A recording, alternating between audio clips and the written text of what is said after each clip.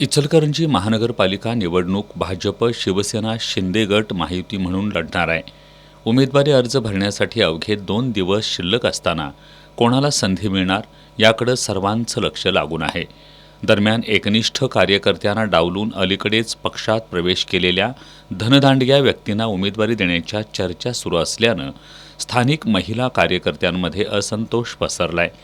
प्रभाग क्रमांक 10 मधील महिला कार्यकर्त्यांनी शिवसेनेचे जिल्हाप्रमुख रवींद्र माने यांची निवासस्थानी भेट घेऊन युवती जिल्हा प्रमुख सलोनी शिंत्रे यांना उमेदवारी देण्याची मागणी केली आहे. शिंत्रे यांनी सर्वसामान्य जनतेसाठी आजवर अनेक विकासात्मक आणि सामाजिक कामं केली आहेत. गेल्या अनेक वर्षांपासून त्या पक्षासाठी प्रामाणिकपणे कार्यरत आहेत. पक्षाशी एकनिष्ठ राहूनही त्यांच्यावर अन्याय होत असल्याची भावना महिलांनी व्यक्त केली. शिंत्रे यांना उमेदवारी देण्यात आली नाही तर सामूहिक राजीनामे देण्याचा इशारा महिलांनी दिलाय. यावेळी जिल्हाप्रमुख माने यांनी महिलांची बाजू समजून घेत वरिष्ठ पातळीवर याबाबत लवकरच निर्णय घेतला जाईल असं सांगितलंय.